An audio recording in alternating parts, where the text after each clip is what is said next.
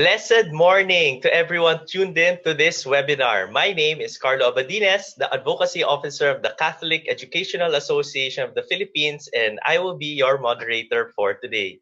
Before we officially start the program, may I invite everyone to spend a moment of silence as we pray and ask God for His guidance and protection in these trying times.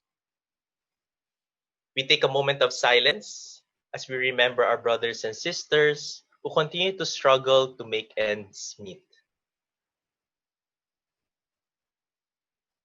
We also take a moment of silence for those who are recovering in the hospitals, for those who have fallen sick. We continue to pray for them. We also remember our frontliners who continue to work hard to ensure that we are safe and are able to go about our activities. In the name of the Father, the Son, the Holy Spirit. Amen. Lord, we want to thank you for another wonderful day you have given to us. Another day for us to enjoy our creation and enjoy the life you have gifted to us. As we continue to go about our daily lives, may you remind us to share our blessings with others and to be life-giving in our actions. Lord, we also want to thank you for gathering each one of us here today to spend time learning together as one faithful community. Be with us here today as we learn more about student discipline and safety in the new normal. Guide our speaker and bless him with the wisdom of the Holy Spirit. May your words of consolation, hope, and encouragement be shared through the speaker and inspire us to courageously move forward through this pandemic. Help us discern our steps forward. Help us learn as we continue the mission and vocation of education that you have called us into. Lord, as we continue to adapt and move forward through this pandemic, we beg for your grace that you send forth your Holy Spirit to grant us courage, the hope, and the energy to continue pushing through. Lead us towards the path you wish for us to take. A path of love, a path of joy, a path of hope, and a path of courage. In Jesus' name we pray. Amen. In the name of the Father, the Son, and the Holy Spirit. Amen. So this is the second session. Good morning again to everyone. This is the second session of the third leg of the Say Up webinar series.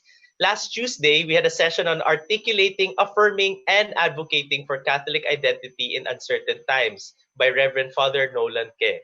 Today, our session is going to be on student discipline and safety in online learning. Before we proceed, let me give you a few reminders. First, as the talk is ongoing, you may post your question at the comment section of this Facebook page. We will be asking these questions during the question and answer portion of this webinar. Second, please be informed that you will receive the certificate of attendance only upon completion of the evaluation form. The link will be posted in the comment section later and will be available only until 2 p.m. today, July 23, 2020. Again, it will only be available until 2 p.m. today, your evaluation survey. We encourage you to answer the evaluation form and you will receive your certificate of attendance via email. Please ensure that you type down both your names and email addresses accurately in the evaluation form. Again, please be reminded as well that this is a free webinar brought to you in partnership with Cleese Publishing Company. And if there are people who are asking you for your credit card or bank details to be registered, they are not SAYAP. Lastly, we encourage you to share this webinar to your networks with the hashtags #SayUpCares and #ILoveCatholicEd. So we shall now proceed straight to the webinar. I'm sure many of us here today are excited to learn more about ways to ensure student discipline and safety in an online world. With the sudden changes brought about by the pandemic, we are now confronted with the challenges of instilling discipline in informing our students on how to conduct themselves online, especially in keeping themselves safe as well. How do we move forward with this? So it's a huge challenge for all of us. So for this webinar dubbed Formation from a Distance, Ensuring Student Discipline and Safety in Online Learning, we have invited a very special guest, attorney Ulpiano Sarmiento, to share his knowledge on this important topic. So I'll just introduce him quickly. Attorney Ulpiano Sarmiento's name is a renowned one in the world of education in the Philippines. Commonly known as Attorney Ulan, he is one of the intellectual giants in education law and has authored many books related to this field. He has an extensive background working in the education sector with a diverse experience, ranging from being a member of the technical working group that crafted the Manual of Regulations for Private Higher Education and the Manual of Policies and Guidelines on the establishment and operation of public and private technical vocation education and training institutions. He also had experience being the assistant secretary in the Department of Education, Culture, and Sports in 1989, and even being the chief legal counsel of Cocopea from 1991 to 2000. And I think, as many of the audience knows as well, Attorney Olan used to be the executive director as well of the Catholic Educational Association of the Philippines years back. Currently, Attorney Ulan serves as the Dean of the School of Law of San Beda College, Alabang, and he is one of the senior partners of the firm of Sarmiento, Delson, and Resurrection. On a lighter note, as you all may have noticed, the poster photo used for this webinar is unique in many different ways, no? And certainly does not fail to bring a smile to our faces. No? So Attorney Ulan sent it to us with the hope that this will bring some cheerful mood to the audience, especially in these worrying times. No? So following in the footsteps of Pope Francis, since the Attorney Ulan has been moved by the prayer for good humor, no, by St. Thomas More, to bring more joy into the world, to help us cope with the troubles of today. Ayan. So without further ado, please join me in welcoming Attorney Ulan Sarmiento. Virtual palakpak po sa atin. Yes. Thank you so much for such a wonderful introduction, Karlo. I really appreciate so much. I just do hope that I'll be able to cope with the expectation of CEAP and of course the audience who are listening to me right now from Batanes to Hulo. This is my first time and I would just want to extend first my greetings to my friends all over the Philippines in the different regional offices of CEAP, especially Tambasultas, from Zamboanga. I hope you are there. You were supposed to have invited me, but unfortunately, events has overtaken us that prevented me from coming over. So, without much ado, alam nyo naman po sa iba sa inyong nakarinig na sa akin, marami akong katakot-takot na kalukuhan na idudulot sa inyo at kaunting karunungan. Sana naman ay mapaligaya ko kayo at matuto kayo dito sa webinar lecture na ito. So, my topic is coordination from a distance, ensuring student discipline and safety. The reason why I have chosen and maybe really got interested in the invitation of CEAP is I have been hearing many students, or not just students, but educators and teachers, in regard to whether it would still be part of the responsibility to discipline the students, the pupils, while going into this type of mode of education where physically they are apart. So, paano natin madidisiplina? So, siguro, hindi na kailangan idisiplina. Basta mag-lecture na lang kami at magdulot ng karunungan sa kanila. Bahala na sila kung anong klaseng tao sila magiging. But is this something that is correct? So, we have therefore now to show that there still is a need for each one of you to impose discipline.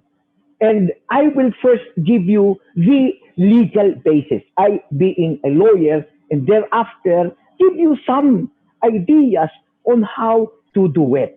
So, let us now go back to the Constitution. So, ang tanong nito, which I hope I'll be able to answer, is why? Ang hirap, nakahiwalay kami. Paano ko naman ma-discipline yan si Pedro? Ayan, dun ang layo. Ayan, no, may kabastusan. Ayan, yung lingwahe na ang sama. Alam ko anong katarantaduhan niya. Sila nang bahala. Alright, let us go back to the Constitution. You know, the Constitution has two basic constitutional objectives. We pick it up from this provision. Slide, please. First, it is in Article 14, Section 1. State shall protect and promote the right of all citizens to quality education. In a nutshell, it is ensuring that every student, hindi lang iilan hindi lang yung mga galing, hindi lang yung mga ganda. Lahat yan pag nag-enroll, you must ensure that they receive what we call quality education. I think this is known, this is basic. Now, what does that mean? That they should acquire the minimum competencies so that they be functional literate when they go up to the next level. So, at least understood yan. As a matter of fact, many educators think to believe that it would just be limited to this, delivery of competencies. Pero, yan lang ba? Hindi po. Because in Article, slide please, in Article 14, Section 3, Paragraph 2, nakalagay po dyan, all educational institutions shall foster love of human, respect of human rights, teach the rights and duties, strengthen ethical, spiritual values, develop moral character, and personal discipline. So, these two provisions tells us therefore, slide please, that one, obviously, from the first, all citizens, all those who are with you, are to get quality education. It's not just a privilege, it is a right. So pag naka-enroll yan sa iyo, you are responsible. And the second, the slide please, the formation and strengthening of ethical values. So what am I trying to point out here? These are the two constitutional objectives for Philippine education, which means that all our effort, irrespective of the nature of your school, the character, whether you be the Catholic, whether you be sectarian, whether you be a public or private, all our efforts must be geared toward achieving these two constitutional objectives. And this is true whether we are in campus face-to-face or the new normal far away from each other online. So, as the Supreme Court made mention, pag hindi pa kayo naniniwala, Korte Suprema, abogado po kasi ako, kaya lahat na sinasabi ko dito sa inyo, ang basis ko, ang source ko, ang Supreme Court or batas. So, slide please. Kaya sabi ng Korte Suprema, in that recent, in the case of Angeles versus Season, tingnan ninyo ha, dual responsibility, dalawa, hindi lang isa, dalawa. Kaya pag hindi nyo kaya, yung pangalawa, magsara na kayo. Dahil hindi kayo pwede maging school, especially a Catholic school. So, ayan, nakalagay dyan. One is to provide opportunities, quality education, the other to develop and help. Tapos, dipiit ngayon. Bakit discipline ang topic mo, Ulan? Ayan, sabi ng Supreme Court, discipline is one of the means to carry out the second responsibility. Kaya, inulit na naman ng Supreme Court, slide please, sa case ng Miriam College Foundation, Court of Appeals, the school, incidentally, not only has a right, but the duty to develop discipline in its students. Now, what does that mean? Not just a right, but duty. Ang ibig sabihin yan, you must do it. Right connotes a choice. You may not. But when you talk of a duty, more so, a constitutional duty, whether you like it or not, you have to do it. So, that is why the mode of delivery of education because of our current situation, which makes us physically apart from each other, does not excuse a school from not imposing discipline. Kailangan pa rin ang discipline. So kayong mga edukador, kayong mga teacher na nagsasabi, "Oy, ang layo na ni Maria, ang layo na ni Pedro." Hindi ko na kailangan disiplinahin sila. I had no opportunity, there is no way. No, no. It is still a must that we impose discipline. And in this regard, therefore, let me just try again to stress to you, we find the provisions in the manuals. Slide, please. Whether it be in the manual for higher ed, manual for basic, or the TVET manual, they have a uniform provision that stresses the authority to maintain. Every private school shall maintain good school discipline. See? Now, aside from this constitutional mandate, what is the need for discipline? Bakit? Tingnan ninyo yung sinabi ng Korte Suprema in the case of Kudya versus Superintendent of the Philippine Military Academy. Slide please. Ang sinabi ng Korte Suprema dyan, the establishment of rules governing university student relations, particularly those pertaining to student discipline, may be regarded as vital, not merely to the smooth and efficient operation of the but its very survival. See? Kaya, hindi nyo pwedeng ipasang tabihan. You cannot just say that I have mastered the method of delivering competencies through the internet, through Zoom, through Microsoft, mga magic na yun. You still need to go into discipline. So, why does the Supreme Court say that discipline is the very is needed for the very survival of the school? So, I'll give you the legal basis. So, slide please. What are the basic reasons for the need of school discipline? Now, this is very important because it raises again the issue.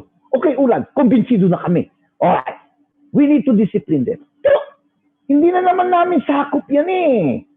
Sa labas pa yan ng school. I mean, we are to impose discipline on them if they are with us in the school campus within school hours. But this year, or only for a short, for just 1 year, they will be out of our physical, reach. So, why? Why still discipline?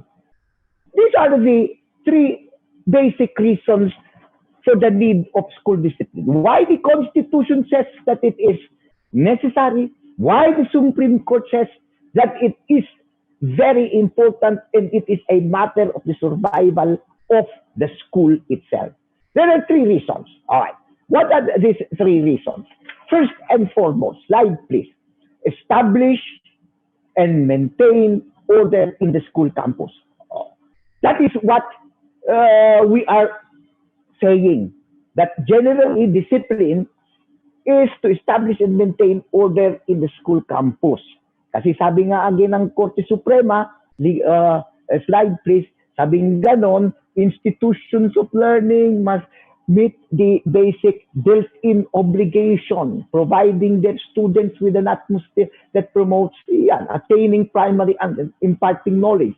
Obvious, because if there is no what you call order, there is no peace. How can your students learn the intricacies of science, of language?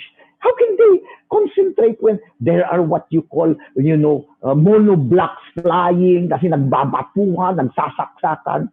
That's why, sabi ng Supreme Court, necessarily, slide please, The school must ensure the adequate steps are taken to maintain peace and order within campus. But dito, you will know, school campus. Oy, sabi yan, lusot kami diyan, Ulan. Wala naman sa school campus. So, do we still need discipline? This is where you look into the second and third reasons. So, this is not just the reason for discipline, but there are two other reasons. Slide, please. And the second is most important for us at the moment, to develop moral character and personal discipline. Di ba sabi ng Supreme Court, you are supposed to develop moral character, teach them good citizenship, create them, transform them into better Filipinos. Ihuhubog nyo ang kanilang pagkatao. Hindi lamang inaasahan na mabibigyan nyo sila ng karunungan, kundi pati ang paghubog ng kanilang pagkatao para itong karunungan ay magagamit sa kabutihan ng bayan, para sa bayan, para sa Diyos, para sa iba. Iyan ang develop moral character and personal discipline. You see? So, that's why, sabi ng Supreme Court, slide please, it told us, college has a vital interest in the character of students. Responsibility of character development for maintaining standards of decency and good taste and providing for moral climate in and outside the campus. In and outside the campus. Huli kayo ngayon. Hindi nyo na pwedeng sabihin lang, no, ang discipline kailangan lamang habang nasa loob ng school campus. As a matter of fact, as a Catholic teacher, this declaration by the U.S. Supreme Court, we can quote U.S. Supreme Court because we practically do have the same constitutional provisions. Alam mo mga Amerikano, kinopya yung constitution natin. That's why our Supreme Court is very fond of quoting jurisprudence from U.S. Supreme Court decision. But this is very interesting and very important.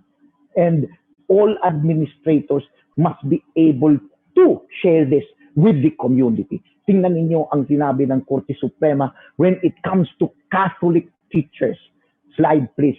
Sabi ng Supreme Court dito, in a new case, in the case of Our Lady of Guadalupe School,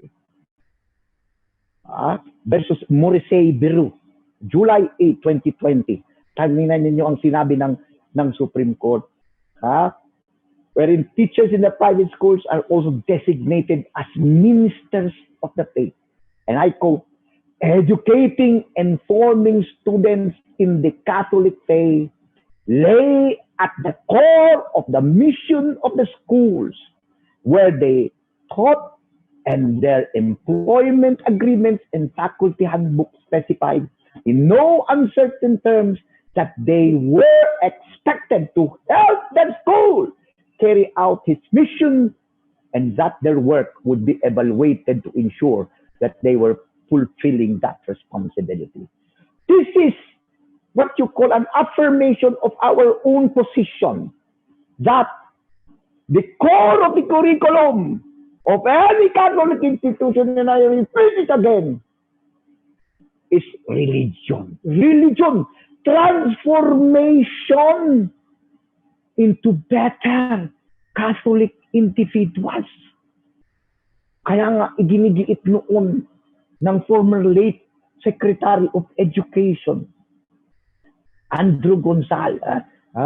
Hindi pala si Archbishop Sok Villegas pala nagsabi sa atin na the primary goal of a Catholic school, sabing ganon ni Bishop Sok Villegas, is not really the delivery of competency, but the transformation of each and every student into a canonized saint. You see? Canonized saint. Yan ang pinakaunang nating obligasyon na bawat estudyante ay maihubog natin para maging isang santo katoliko. And this is exactly what we are to achieve.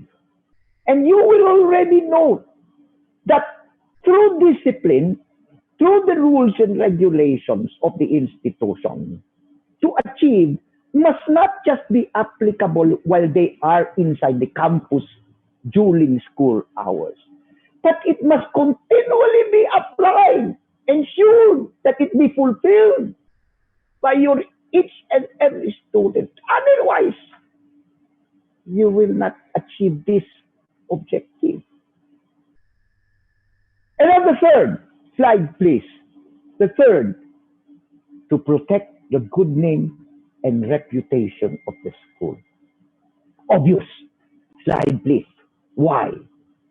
While they are outside, wala yan sa impiling ninyo. Oh, pag nakita ninyo ngayon yan, may mga estudyante kayo nakuha sa Facebook, na videohan sila.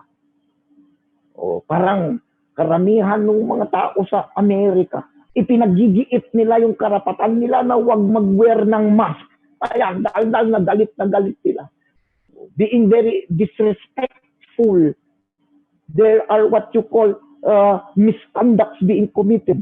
At nabibidyohan sila, nagmumura, ng lalait, ng didiscriminate, ng babastos. At ipopost na yun yan. Ang unang itanong dyan, Diyos me, yung batang yan, saan ba yan naka-enroll? Naku, pag nabanggit ngayon yung paaralan ninyo, oh, sakit! Si padre, si sister.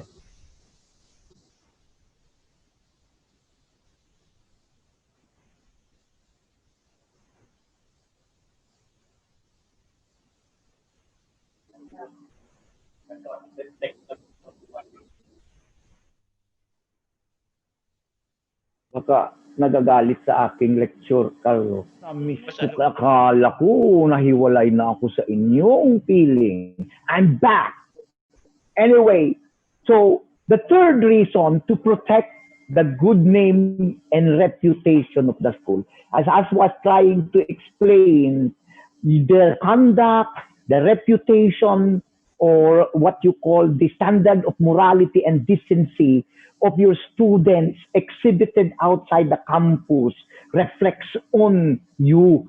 It always gives the perception that you have been involved in for the formation of those conduct, the standard of decency and morality. And that is why you need to protect yourself by insisting on your school rules. So, as the Supreme Court again declared, slide please, in the case again of Angeles versus Season, the school's obligation to discipline is to protect the good name and reputation of the school. So these are the three reasons why you need discipline. Now, the issue is, okay, it is necessary not just to establish, maintain order in the campus, formation of character, to protect our reputation. Okay, but we insist. So we insist now on applying this to the students while they are out. So, papasok ngayon yung mga magulang. Lalo na yung mga ibang magulang natin na taliwas ang mundo, taliwas ang pananaw. Sasabihin nila, oy, wala na kayong pakialam sa aming mga anak habang sila ay nasa piling namin. Disiplinahin nyo lang mang sila. You insist on your regulations, on your standards of decency, morality, and conduct only when they are inside. Pero pag nasa amin yan, kami naman na ang bahala sa kanwal. Taliwas. Iba ang kanilang pagpapalaki. Oh. Pwede ba nating ipilit pa itong otoridad natin? So, slide please. The question now is, all right, how far does the school authority should it extend outside? So, obviously, sagot ng Supreme Court, Kaya pag yung mga magulang sinasabi, ay hindi na kayo dito, outside na kayo dito, sister, father, cannot insist. Ito ang isagot nyo sa kanila. Mga nanay, tatay, slide please. Ayon po sa Korte Suprema. Ayon sa Korte Suprema. O kaya sabihin niyo, ayon po kay Ulan. Ipakita niyo itong video. Sabi ng Korte Suprema, slide please. See, it tells us, slide please.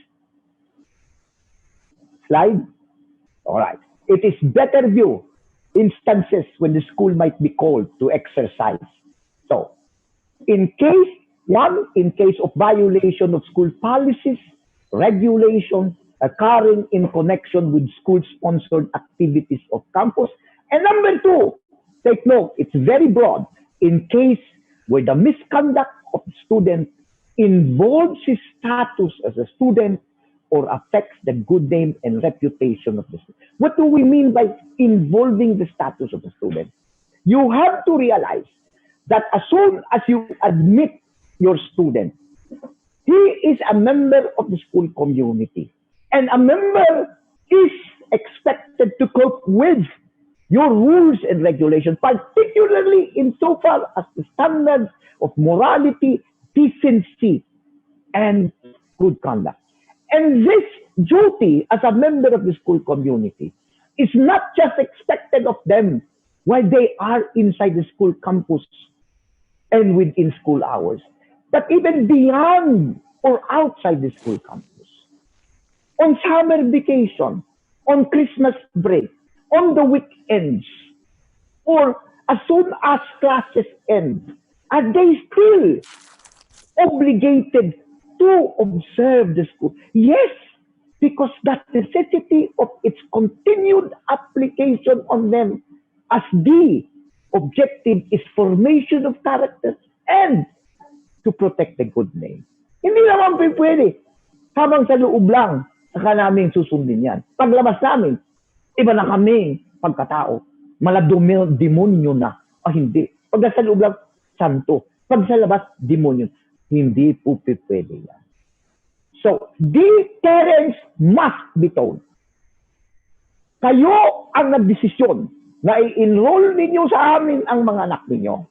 Kailangan intindihin ninyo na hindi lamang namin sila tuturuan ng English, history, arithmetic, kundi ipipilit po namin ang aming regulasyon ukol sa moralidad, sa decency, and good conduct. Pag hindi po kayo sang-ayon yan at gusto ninyong iba, ay huwag na po kayong mag-enroll sa amin.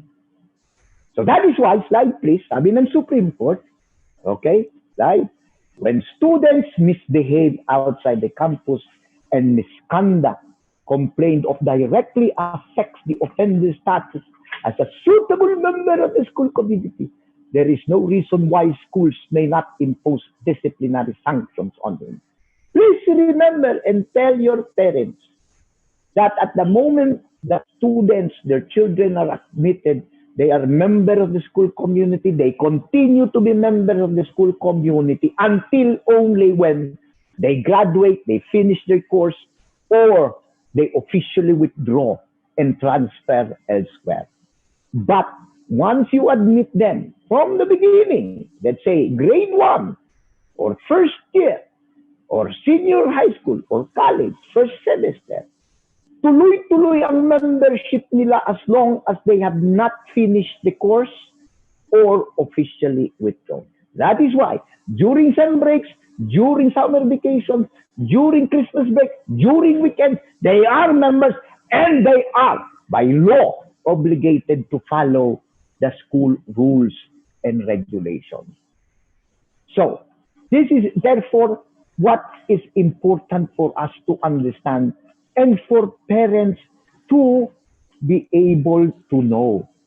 So this is the reason why I will stress again that this year, when our students, pupils will be far away from our physical embrace, they would still have to be the subject of our school discipline.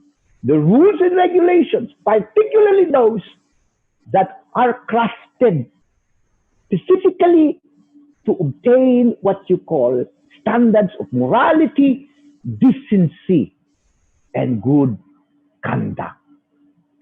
So I have now given you the reason, the legal reason of discipline. Now, we go to some strategies. Paano ngayon, Ulan? Ang hirap naman yan. Hirap na nga kaming maintindihan itong Zoom na ito. Problema pa namin ngayon yung pag-disiplina. Alright, slide please. So we go now to the strategies to maintain and still discipline. So, kailangan ito ha. The reason why I had to first stress to you the importance, the necessity, and the legal duty is because whether you like it or not, I have made clear. So discipline is not a right. It is a duty. Kailangan ninyo gampanan. Sister, kailangan mo gampanan yan. Hindi pwedeng pabayaan ninyo lamang po. So, what are these basic strategies? Okay. Of course, this is from my own personal experience and on the basis of some interviews and, of course, books that I have read on this matter, particularly on a book that I shared with my daughter entitled Formation of Character in Distance Education. And I find them to be very practical and hopefully effective. So, let us go through them one by one. First and foremost, itong kailangan ninyo. Slide, please. Ensure parents are aware of the school rules on conduct, of decency, and morals. Now, karamihan ng mga magulang ninyo, in the past, even in the present, they just take cognizance of the name of the school. Maganda, Catholic school. Sige, pasok na. Without even trying to go through the school rules and regulations. This time, it is important that you make them aware of it. I will give you the reason why. So slide, please. So to ensure parents are aware, parents need to required to apply the rules. The reason why they have to know this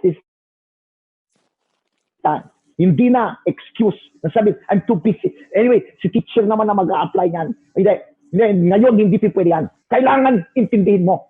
Kung pwede, interviewin nyo muna. Mag-recitation kayo ng mga school rules. Binasa nyo na po ba, Mrs.? Bakit? Because of your absence physically, it is them whom you would rely on. The application of the standards. There is no other way. This is the best way. So slide, please. So, this is for that. See? You tell them, bakit pa kami makikialam dyan? Bibigyan ko na naman kayo ng legal basis. So, pwede niyong ipilit sa mga magulang. Sabihin ng magulang, wala kang pakialam dyan. No. You tell your parents, alabi po ng Korte Suprema, ayon po sa batas, parents are members of a school community. That is in Section 6 of Batas Pambansa 232. So they are not strangers to the school. They are part of the school.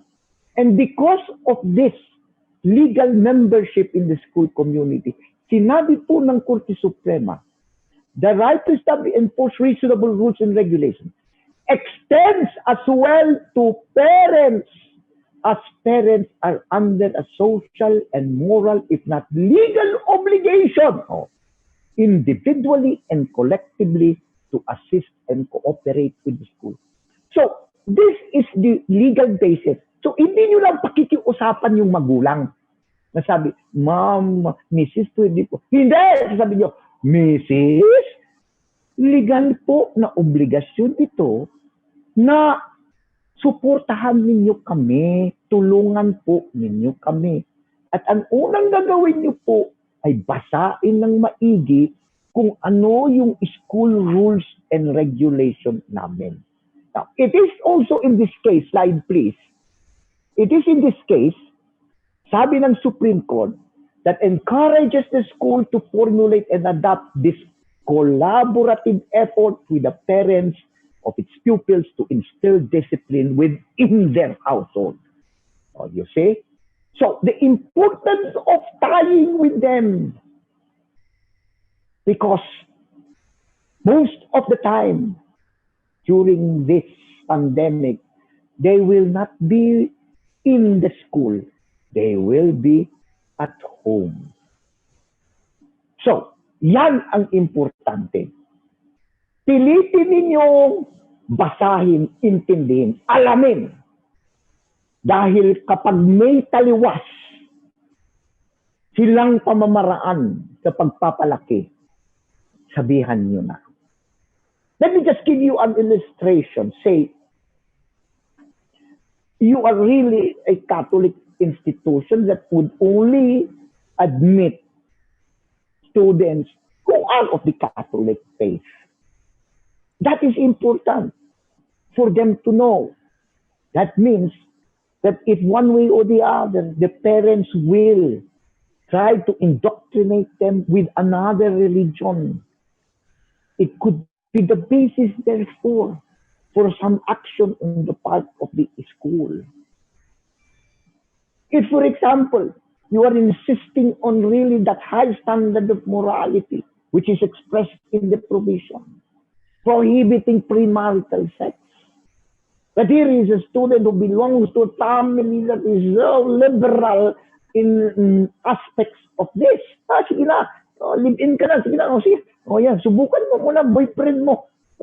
Ayan, sige, live-in muna kayo. Hindi pwede yan. They must think twice before they continue on with the relationship with you.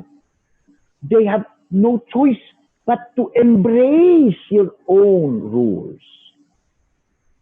Pwede naman silang mamili eh. Hindi naman sila pinilit. So, important here, this is a very important legal issue. Okay. What must, slide please, what must your rules contain? Ano yung rules? Okay. I know many of you do have it already. Yun sa manual yan. So, yun ang ipapabasa mo sa kanila. Because it is necessary that it should contain the code of discipline, yung enumeration ng mga offenses na yan. Ibig sabihin, yung mga offenses or what you call now acts or omissions that you consider not in accord with your rules in so far as the effort of transforming them into better persons. Not just for, maintaining order in the school campus because wala nga sila, but more of those rules that are crafted specifically to transform them into better persons, into the hope of them becoming canonized saints. So, and penalties. Many of you may not really agree with me in so far as still insisting on, imposition of penalties, but sadly, I still have to consider imposition of penalties. So, and secondly, slide please, shall be because the student can be held responsible only for the cost as defined in the printed rules and regulations of the school or the manual. So what I'm trying to point out here to you is, you have to be able to provide the parents this handbook that enumerates the offenses, for them to understand that if they are committed, it could be the basis for a sanction. And the sanction must be insisted on. And the parents would have to report. Kaya ang hirap nito, because obviously, it is quite difficult for a parent to report to you something that may have been committed against the school rules. by their children or by their child. But asahan nyo na lang good faith. But it's not only the parent, but of course, surrounding area. But importante is the printed rules and regulation. Okay. So, ang tanong ngayon dito is, so kailangan i-enumerate ninyo. So pag kunyari, nagnakaw, o yan, just the same thing. So the parents will know this act or that act. But let's just give you some issues. What if, slide please. Okay, slide please. What if the misconduct is not defined and penalized by written school rules? Could it still be considered as a basis for a disciplinary action? Nakaligtaan ninyo na ilagay yun. Pero it is something that is not acceptable. It is not something that should be allowed of the student to commit or to omit. Pero wala doon. Okay. So, here is the issue. This boils down now to a new Supreme Court ruling regarding issue of morality. This is where we need to understand fully what the Supreme Court said about this matter. Because putting the exact charge, the omission or commission, and imposing a sanction is part of substantial due process. A requirement before there could be any imposition of a sanction on a student. Kailangan nila malaman. Yan ang, hindi ba, that is one of the issues that we are trying to, what you call now, call the attention of the constitutionality of the anti-terror bill, because there appears to be some provisions that, you know, iniisip mo pala ang naggagawin mo na, pwede ka nang ikulong. So pag naisip niya na, iniisip mong mag-rebel at kukulungin ka na. I remember Ninoy Aquino's story, which could now be applied to the anti-terrorist bill. Sabi niya nga, yung batas ni Marcos daw noon, iniisip niya palang halikan si Imelda, huhulihin na raw siya. Hindi naman pwede yun. There has to be. And it should be based on a provision itself. So the issue here, slide please. So the issue here, slide, is the student's liability shall not be confined to the enumeration because some may be generally worded to encompass a number of related wrongdoings. What am I trying to point out here? It does not need to be really explicit, hindi karamihan. For example, murder. How about kidnapping? How about rape? Do you find them in your student handbook? I do not think so. I do not believe that you enumerated all this criminal acts. But all this are considered to be wrongdoings that could be the subject of school discipline. So paano? Hindi nakalagay yung murder doon. Hindi nakalagay yung terrorism doon. Can we still subject them? Iyan ang sagot. The MORFE, the Manual of Regulation for Private Higher Education, provides for the explanation. It will not be. But this has to be interpreted in this way. Okay. This is where you need, slide please. On the basis of this answer of the MORFE, this is where you need to classify the students' offenses into two types. The first is those that are generally accepted acts or omissions that are subject to disciplinary action and imposition of sanction. Meaning to say, these are the acts or omissions irrespective of where the student may be enrolled in a Catholic school, in a secular school, in a public school, kasalanan man. Okay? Example, murder, physical injuries, rape. Yan ang mga kinukonsider na generally what you call accepted omissions or acts that can justify the sanctions. But there is the other acts or omissions by certain school rules, conduct, and standards of morality particularly would be the subject to disciplinary action and imposition of sanction. Here, the act or omission of the student, okay, will only be considered for disciplinary action based on the nature, the character, the mission, objective of the school. So here, you will see that there are certain acts, particularly disregarding standards of morality of a Catholic institution, which may not necessarily be more immorality when it comes to a public or secular school. Now, why is it necessary for us to have this distinction? Kailangan ninyo kilatisin yung inyong enumeration. Now, why? All right. Answer. Slide, please.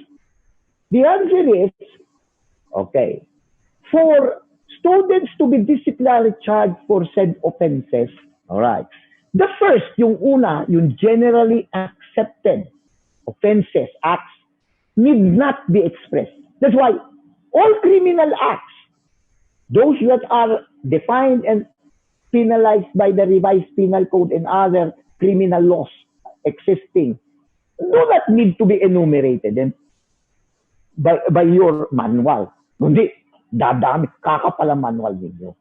Hindi na yan. They can now be covered by the general statement of a gross misconduct or grave immorality. So, pag nakipagsuntukan ang estudyante ninyo sa labas, nakipagbugbukan at nakapagsakit, physical injuries, gross misconduct na yun. Pag nagnakaw, gross misconduct na yun. Pag nang-rape, o pag may asawa na ng kabit, immorality na yun. But when it comes to the latter, those that could be considered only the subject of the disciplinary action, that is where you need to identify them expressly and penalize. So, kailangan ninyo. This is the consequence. Take note of this. I know you have heard this already from lectures, but I will restate it again. Slide, please. This is the consequence of the ruling ng Supreme Court. Slide, please.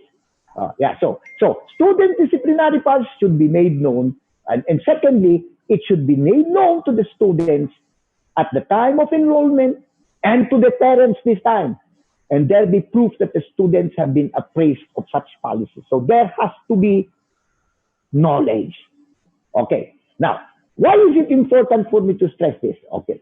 This is the consequence of the case of Lewis versus St. Scholastica College, West Grove. Slide, please. Yeah.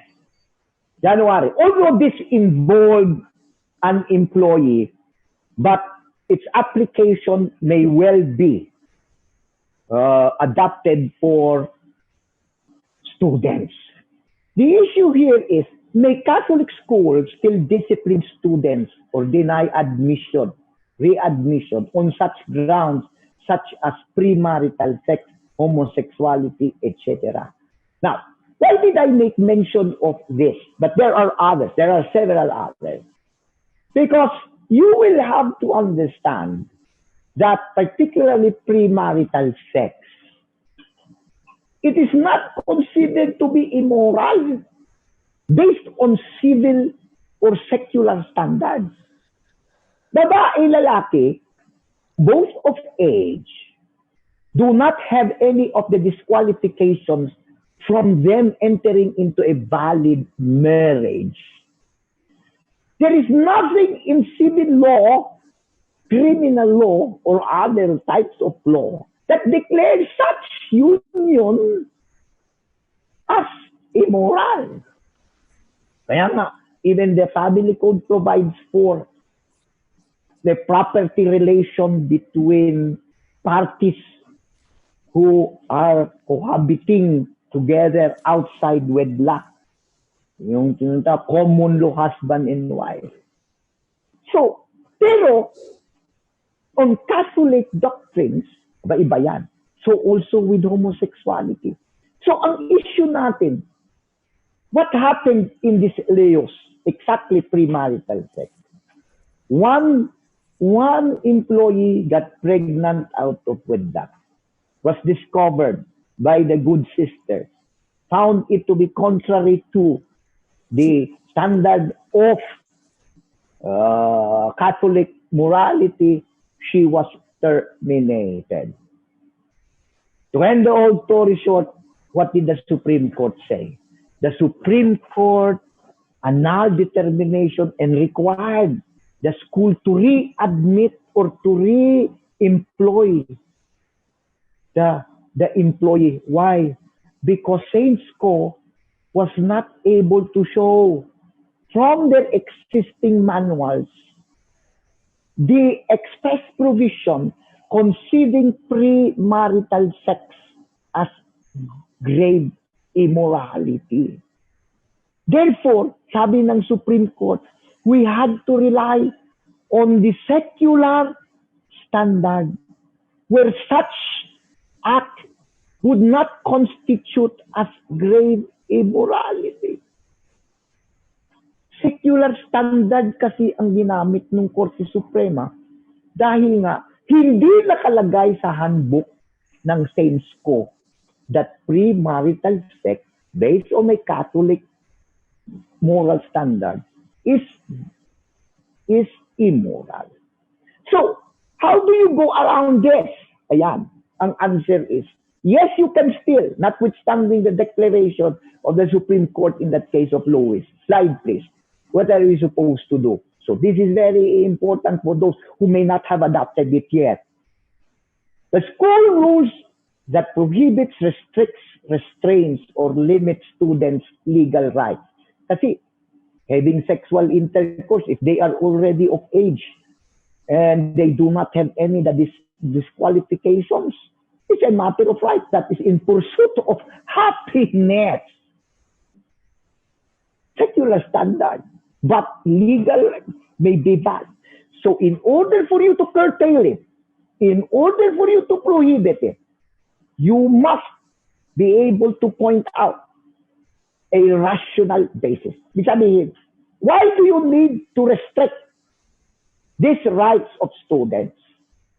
Because you need it to achieve a particular objective of the institution. And in our case, religion. I hope it is clear. That is why, slide please, okay, the manuals that you will provide your parents and your students, that they must read and understand, must clearly declare you are a Catholic school. The philosophy and the mission statement must clearly articulated. And as a Catholic school, slide please, you must declare therefore the contract of enrollment, either in the contract of enrollment or in the manual of students, say, following provision or anything similar to it. Kailangan clear yan. Conduct prohibited by Catholic morals such as, but not limited to, extramarital sexual affairs, sexual relations between unmarried persons, disgraceful and shameless public displays of intimacy, homosexual acts, etc. Now, why did I choose this? Because I believe, based on secular standards, these are not immoral acts. And if you would just rely on the secular standards, you cannot, therefore, subject the student to disciplinary action. But on the basis of the Catholic moral standards, these are abhorrent, unacceptable. And for the children to know that they are not what a Catholic individual should adhere or practice, you must prohibit it. But these are the things that you need to express. Ayan. That is already a template. Public display will constitute ground for dismissal deny admission, readmission, or whatever sanction you intend to impose. The point is, the manual must expressly provide for the same. Slide, please. So, what do we therefore learn from this? Student manual, so ulitin ko lang, will now must have this provision. Students are forbidden from engaging in extramarital affairs, sexual relations, unmarried, homosexual, scandalous and shameless public displays of intimacy. Any of the foregoing, as well as acts similar to them, shall constitute grounds. These need to be made known to parents in a printed document which you will provide for them or that you will send them through internet. Kailangan nila malaman yan. Hindi nila pwedeng idiit na wala nang pakialam ang paaralan kung anuman ang buhay ng kanilang mga anak sa labas ng paaralan. No, because we need to achieve the objective, formation of character, transforming into Catholic saints. Slide, please. So, there. To make it very important, therefore, so just a reminder, student disciplinary policies should be made known to parents. And there is proof that the student parents have been appraised of such policies. So, I hope that is clear. I hope you will be able to do that. That is, of course, if you still insist on this standard that I, for one, will really expect you as a Catholic educator. I will never allow my children to be enrolled in a Catholic institution that does not embrace such standard of morality. And for you to be able to force it on the children enrolled, you need to expressly provide for them. So that is the first. So just to recapitulate, you need to appraise them. And I have instructed you what this manual of rules and regulation must contain. All right. Now, second. So we go now to the second. Slide, please. Sorry. Second, encourage teachers to set clear basic ground rules. Now, this time, these are more applicable during online sessions mismo. What I'm trying to point out here is that the need to discipline is not just limited times when the teachers or school are conducting online classes. No. But as I have made clear, it should still be applied to them even before or after, inside or outside the school campus. Generally, outside ngayon. So, pagkatapos ng kanilang klase, kailangan i-maintain pa rin. Kaya, sino ngayon ang aasa to oversee the adherence or the following of the students of these rules? Eh di kaya yung magulang, kaya yun ang first. Okay. So, so far as teachers are concerned, the only opportunity now would be when they are now actually online. Alright. So, ito dapat ang gawin ng mga teachers ninyo. Ito kasi ang ginagawa ng aking magandang asawa when it comes to training our children's choir. And I've learned so much from her. Encourage teachers to set clear, basic ground rules. Now, stick to the essentials. Okay. Here also, dito kayo papasok as teachers, lalo na sa basic education. Remember, to stress it, you are not just teachers. You are supposed to be parents. The family code states that you are to exercise special parental authority and responsibility. So, ang pagtingin ninyo sa bata, hindi lamang estudyante ninyo, kundi anak. Therefore, being a teacher does not just require the skill in regard to the delivery of the competencies, but you must have the heart and soul to look at each and every student kahit dyan lang yan sa gallery ng Zoom ninyo as your own. Mahal ninyo. So, in that context, therefore, what do you expect? Slide, please. Slide, please. Give reassurance and grace during this difficult time. Show empathy. Important. Kaya it has always been said by the late Education Secretary Lourdes Casombing that, you know, if you do not have that capacity to look at every student as your own, anak mo, ay huwag kang mag-teacher. Mag-abogado ka. Gusto mo. O better, mag-congressman ka. Ayan. Pumapil ka doon sa denial ng ABS-CBN ng franchise. Ngayon, may natawa. Doon ka.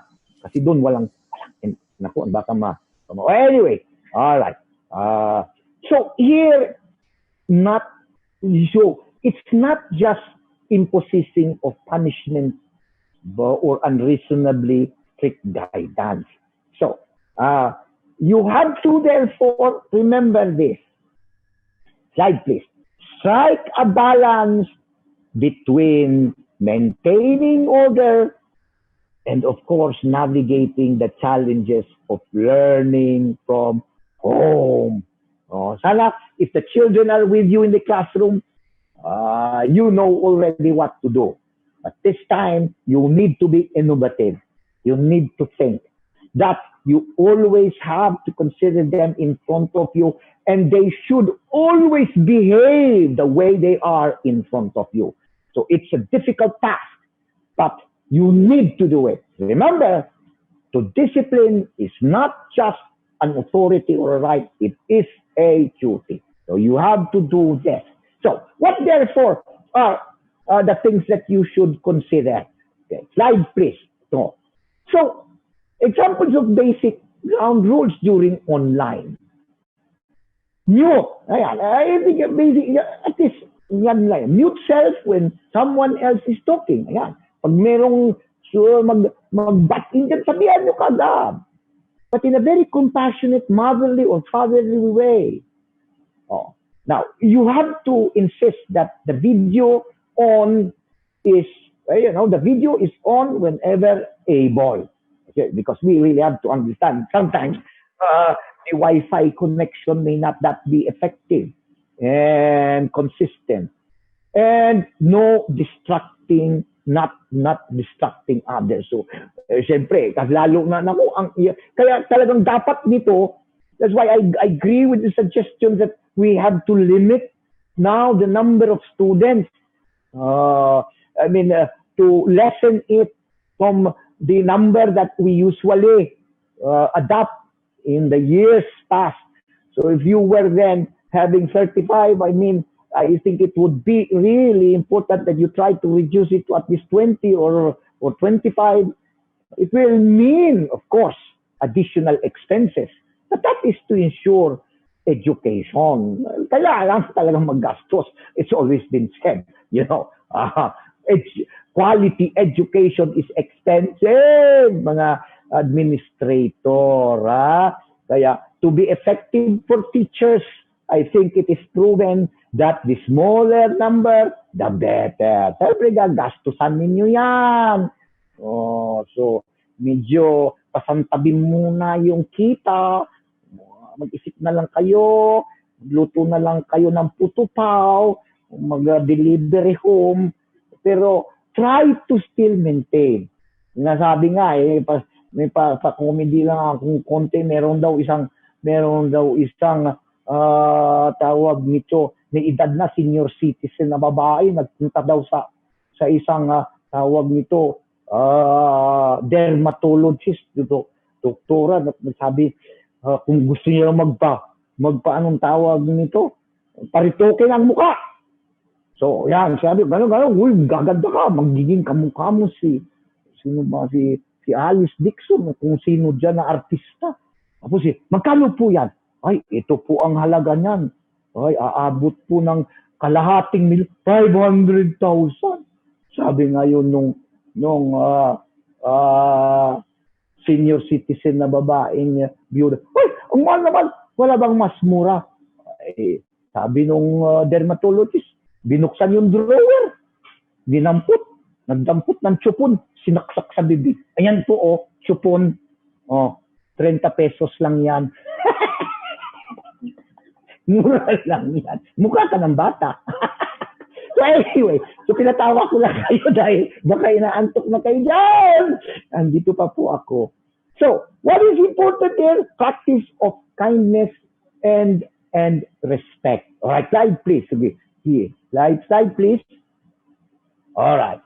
Now, but there would always be the situation where the student may really be into a misbehavior where sometimes it will trigger already the necessity of what you call a disciplinary action.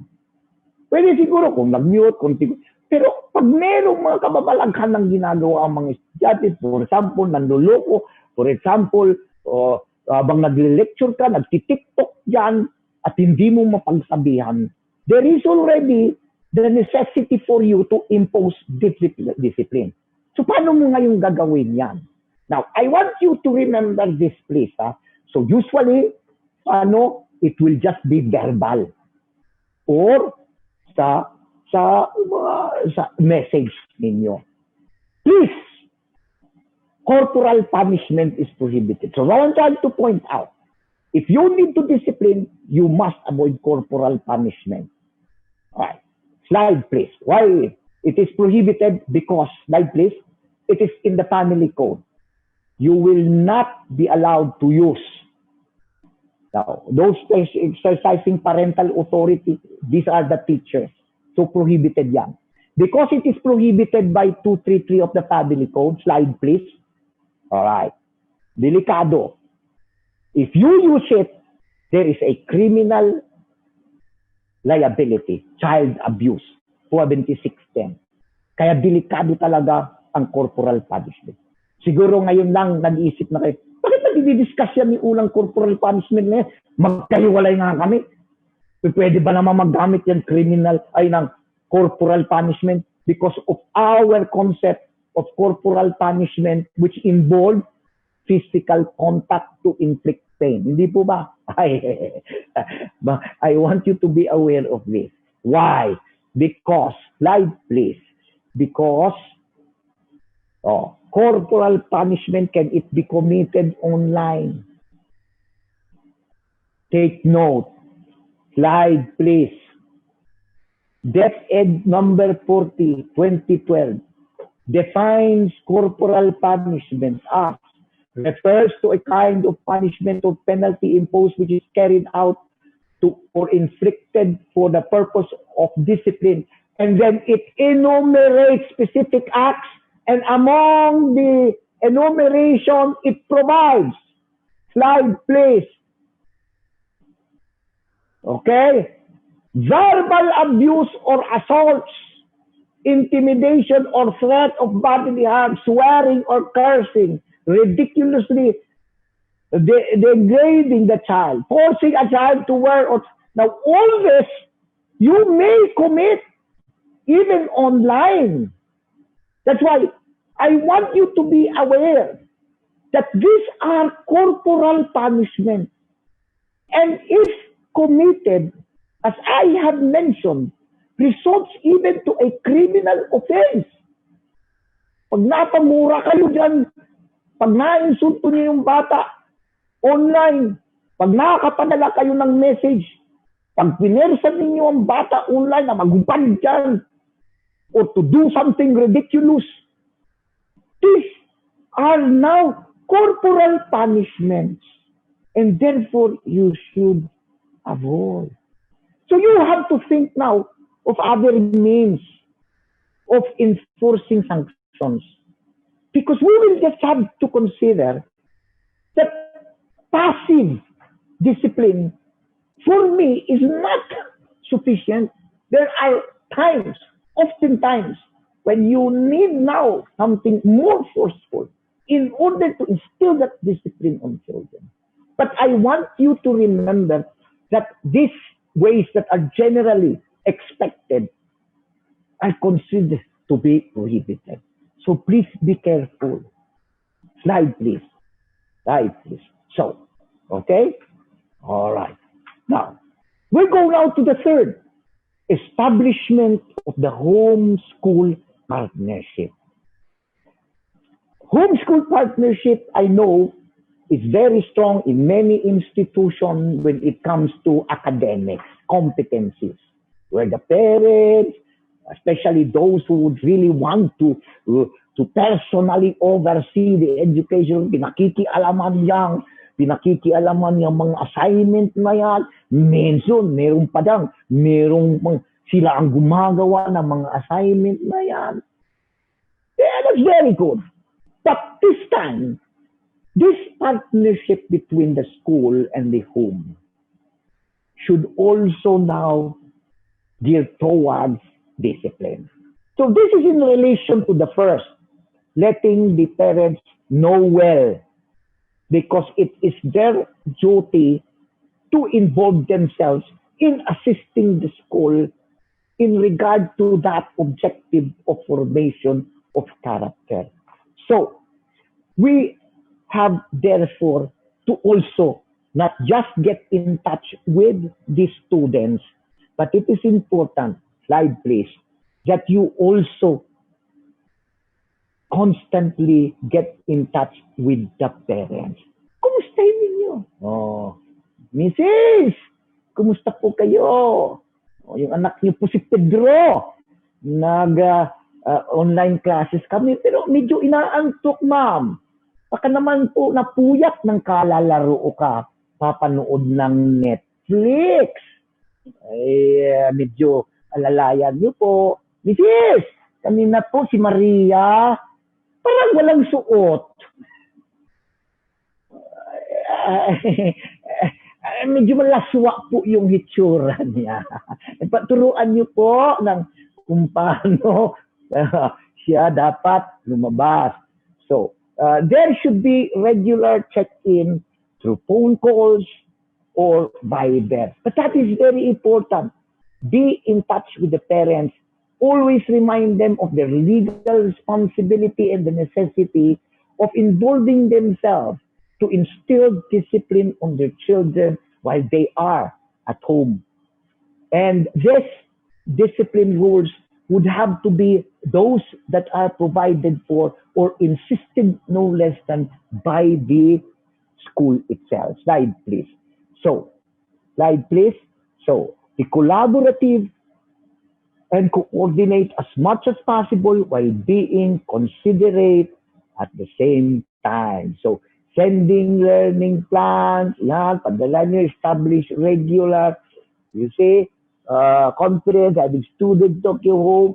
I mean, mas alam nyo pa yan eh. Kasi you are really there actually doing it. But these are the ways I feel should be adapted. Slide, please. And I learned, and as my wife also would testify, sharing of feedback to the parents. And when you come to the sharing, it is not just referring to giving the numerical evaluation, but to provide a descriptive feedback of their children's conduct. Importante po yan. Pag nakapansin ninyo na yung isang anak medyo parating inaantok, parating distracted, mayat-mayat tumatayo, mayat-mayat kung ano ang ginagawa. Kaya talagang dapat konti lang, because the teacher involved must be able to always scan through what the students are now at the moment doing. So pag malaking-malaki yan, mahirap mo ma-scan through yan. So these are just some of the ways I suggest. What I'm trying to point out is discipline is necessary, and in so doing, you need to consider, therefore, the school-home collaboration, because the parents will now play a very important, vital role in insisting on the application still of the school rules and regulations.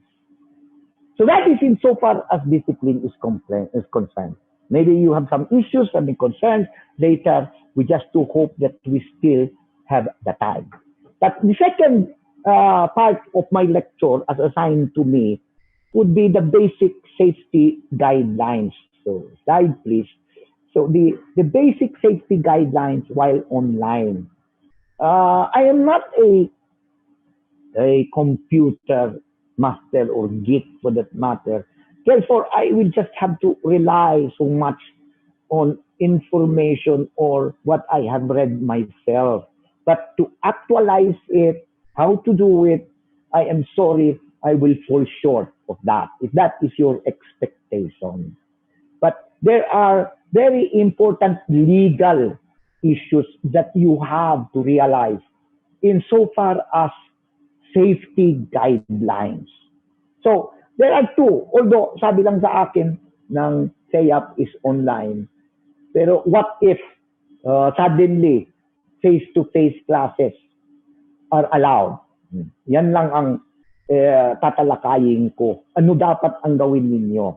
Dito, ang issue dito, pag inalaw ang face-to-face, okay, is more on, of course, preventive, spreading, helping, but also the issue, liability of the school. All right, so let's talk about while online. All right, obviously, slide please. While online, slide please. Next slide.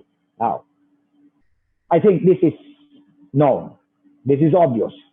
Vulnerability to risks and harms, including misuse of their private information, access to harmful content, and cyberbullying. This is very true.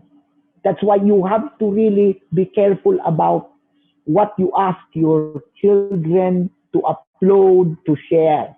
Because I will relate this to one decision by the Supreme Court regarding the nature now of information, of data, of pictures, of visuals that are uploaded, whether they are still private or already public. Because if they are private, then they would still be protected by the law on privacy. But if they are not, then that's it. So you have therefore to be careful. Okay, so I think if you go through the website of UNICEF, they suggest this. Rundown lang po ito. Kasi sabi ko nga, the specific way by which it is to be achieved is something that an expert would just have to teach you. All right, slide please. So, UNESCO recommends effective practice to benefit and protect children. Protect children from harm online. Safeguard children's privacy. Yan. Teach digital literacy to keep children informed. Put children at the center of the digital policy of the school. So, in formulating your own policies that you need to adopt in regard to this new way by which we are to deliver our education, always remember the best interest of the child. Okay? And that is what is really expected of a good mother or a good father of a family. Not your interest, but the best interest of the child. Now, in relation to this, take note of the second. Safeguard the children's privacy and identities online. It's very important for you to know the Supreme Court declaration. In the case of Vivares versus St. Therese College. Slide, please. Please no. Slide, please. Okay. It adopted a United States case Supreme Court declaration. Tingnan ninyo ang sinabi ng Supreme Court quoting the U.S. Supreme Court. More open to the method of transmission is, the less privacy one can reasonably expect. Messages sent to the public at large in the chat room or email that is forwarded from correspondent to correspondent loses any semblance of privacy. Take note, ha? Loses any semblance of privacy. Further, slide please. Another quotation from another Supreme Court decision. A person who places a photograph on the internet precisely intends to forsake and renounce all privacy rights to such imagery. And finally, sabi ng Supreme Court, dito sa Vivaris case, Facebook, slide please. Sabing ganon, that the photos, Facebook posting, that the photos are viewable friends only, sabihin yan, does not necessarily bolster the petitioner's contention that they are private. What am I trying to point out here? There is the law on privacy. Privacy. I think the ano ba yung Privacy Data Act and so on. Ang dami-dami yan. But because of these declarations, you can no longer insist on the protection of those laws to prohibit or prevent strangers or third persons from utilizing the information, the data, the pictures that you have then posted online social network, because they are no longer private but public. So be careful with what your children posts, what your children show in their life. Because pag yan ginamit ng third party at gusto ninyong lang tigilin, ay hindi! Mayroon nga yung action na tinatag special civil action na writ of habeas data. It will not be granted. Ang writ of habeas data, as I understand it, okay, it will stop the third person from using the data, the information, the pictures that they have acquired from this to protect the privacy of the owners. Pero nga, pag linagay mo na dyan, yan ang essence ng decision. You can no longer use that special access. You can no longer ask the authorities to prevent that third person from using it. Exposed ngayon ang mga anak ninyo. So you have to therefore adopt certain rules in this regard. Hence, so, what is the Supreme Court said? Hence, sige po, slide please. Slide please. Gusto tayo? Alright. It is well to emphasize, point, that setting a post or profile details privacy to friends is no assurance that it can no longer be viewed by other users who is not Facebook friends with the source content. So, risk, ano sinabi ng Supreme Court? Take note so that you always have this in mind in adopting your own safeguard policies for your children in using online education. Slide please. Ang sinabing ganon, slide please. Online social network users should be aware of the risk that they expose themselves to whenever they engage. Accordingly, they should be cautious enough to control the children's privacy and to exercise sound discretion regarding how much information should themselves be willing to give up. As I have said, I regret that there is no specific way that I could suggest to you or teach you through this webinar how to do it. But be aware so that when you contact or get in touch with experts to tell you this should always be your concern. Interest of the children. The second part, which is addition, pero let's just go through this because I want to have that opportunity to have an interaction with some of you. So, bibilisan na lang natin ito. Pag face-to-face, what if suddenly government allows face-to-face? Some of you are raring to jump into that. So, slide please. So, conditions of face-to-face. So, ayan. So, okay. So, mag-face-to-face na kayo kanina. Ayan. Nagsana. As a matter of fact, there are so many schools who are asking me, pwede ba sila mag-face-to-face na? Paano kung may magka-COVID na estudyante o teacher? Kami ba ang liable dyan? Okay. Now, once, if you are going and it is allowed, by the way, it is not allowed at the moment yet. All you have to do, I will not go through it, because this is very important. All right, slide please. Okay, we'll just go through this. All right. DepEd number 14, series of 2020, June 25. This is the document that you have, you should know to have in hand and to follow strictly. So, if I may go through it, ayan, objectives of DepEd, kumuha na lang po kayo ng kopya niyan. I will not discuss them anymore to you anyway. It is not really part of my topic. But what is important, why am I now including this in my lecture?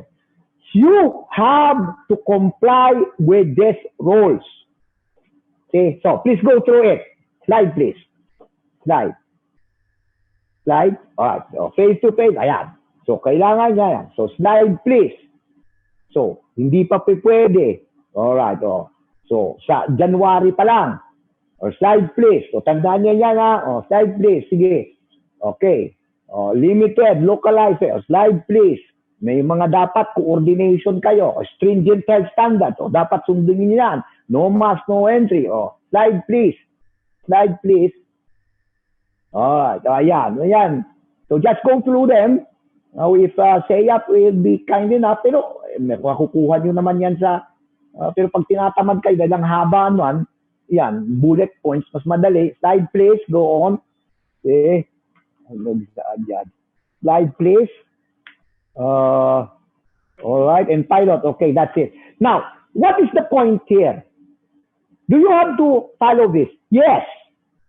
Issue. What if we go on to face-to-face and then a teacher, a student, COVID, infected by COVID, in school, proven na in school nanggaling. Can you be held liable? Now, the basic principle here is that you must have applied due diligence. And to show proof of you having adopted due diligence, the first thing that the government agencies will now try to determine whether you strictly complied with the rules. See? Because what I'm trying to point out, these rules obviously are to prevent and to safeguard. They are formulated for the purpose of safeguarding the health and to prevent the spread. By God, whether you agree with it or not, like Trump does not agree with mask. You know how ridiculous? So if you also do not agree with mask, but because the government said you must wear mask, you have to follow it. Because if it is found that you were remiss or worse, did not adopt strictly this, and there is a COVID case that occurred in the school, that is when liability attaches. But if you are able to show due diligence, proof that you have strictly adhered to these rules, a matter of fact, you even went over it. Grabe na! Nag-extend ka pa, hindi lang mask. Linagyan yung parang mosquitero, yung bawat bata, para ng mga astronaut. And still, a COVID case happened in the school. I am assuring you, you will not be held liable. What I'm trying to point out, even the most stringent precautions, procedures, requirements will not deter the possibility of still the risk of a COVID infection. Kaya ang issue dito is liability ng school. So that's the answer. Pag nagtanong, pag nagka-COVID ang bata dito sa school, pag ang teacher ko nagka-COVID dito nakuha sa school, can the school be liable? Answer, if you were negligent in not having adopted this requirements of the government, there is liability. But if you have shown proof of due diligence, of precautions that even exceed what is expected to by the law, no liability. I think that is, but before end, we always ask the question now. I think some of my good friends have been listening to me nung wala pang COVID na libre pa ang aking laway. Talagang ako siguro ang number 1 na hindi pwede mag-lecture. Naalala ninyo? Di ba? First 2 rows nga, hindi ko pinauupuan dahil grabe siguro ang infection ko. But we always ask this question, di ba? Lalo na pagdating sa discipline ng students. Slide please. Ang tanong dyan is, slide please. What is the problem of children these days? Bakit ko nabanggit ito? Because, slide please. Alright. Ito ang madalas marinig. The children of today are too much in love with luxury. They have detestable executive manner, ayan. Flaunt authority and have no respect for elders anymore. Siguro, ang iba sa inyo dyan, tumatanong, oo nga, ganun nga. They no longer rise when their parents or teachers enter the room. Yan. So, of respect lang yan. Sana maibalik nyo yan. Di ba? Yung ngayon, kayo, pag ganun, yan daw ang bagbati ngayon. Tapos sabi pa nitong author, I can only fear what kind of awful creatures they will be when they grow up. O see? Do you agree with that? Oh, raise your hands. Wala pala akong kausap yung TV pala. Do you agree with that? Siguro sabihin, oo nga, ganun mga dati nga. Pero alam niyo po kung sino nagsabi niyan? Slide please. You know who said that? That was Socrates. He wrote that way back in 399 BC. What is the message? They have not changed. The children have not changed. From the time of Socrates to present, they are still children. The only difference is how we may have nurtured them, my dear educators. How we have loved them. How we have cared for them. That is the reason why you will see that they are different from you. It is because not of them, but you, the educator. Last note. I know CAP themselves, CAP itself and others, okay, slide please, have all been wondering. Ito talaga, medyo may tama talaga si attorney. They've been asking, why? Why is that the picture that you post?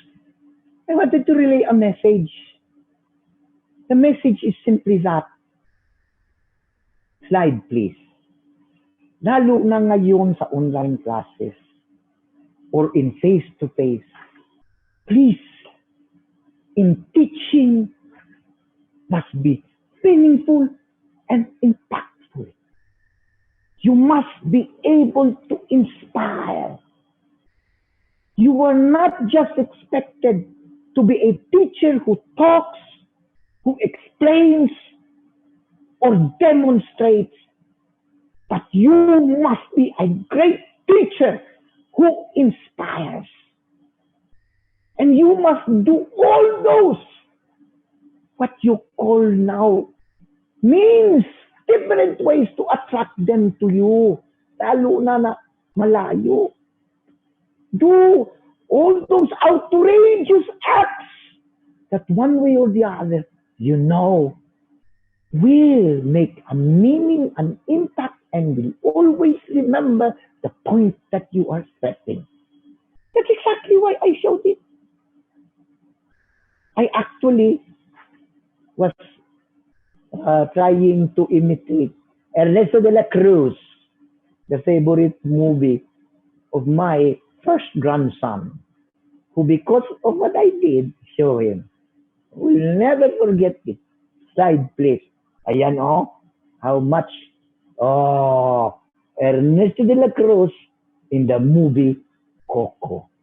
If you need to wear this ridiculous costumes, just like I do, enjoy it to stress the point to inspire them. Remember, to teach is not just to teach the mind, but more important for a Catholic institution is to touch the heart. Thank you very much. I hope you did enjoy. I hope you learned. Salamat po sa inyo. Oh.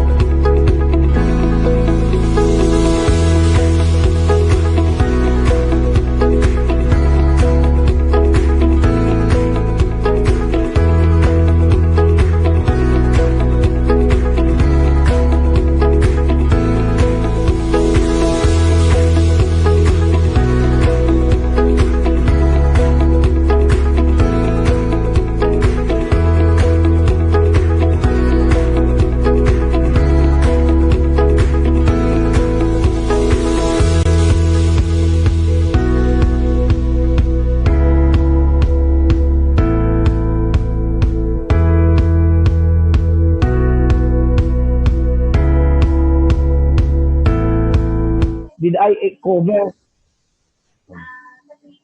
Sige. So I think many of us will agree that that was one of the most dynamic and passionate presentations we have experienced in this time of COVID. No? Virtual palakpak naman po, no, for the amazing presentation lecture of Attorney Ulan. No?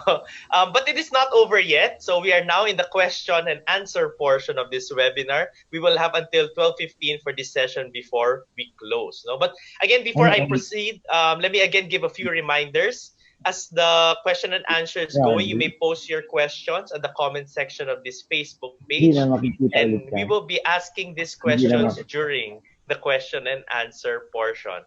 Secondly, please be informed that you will receive the certificate of attendance only upon completion of the evaluation form, and the link will be posted in the comment section only until today, 2 p.m. today, July 23.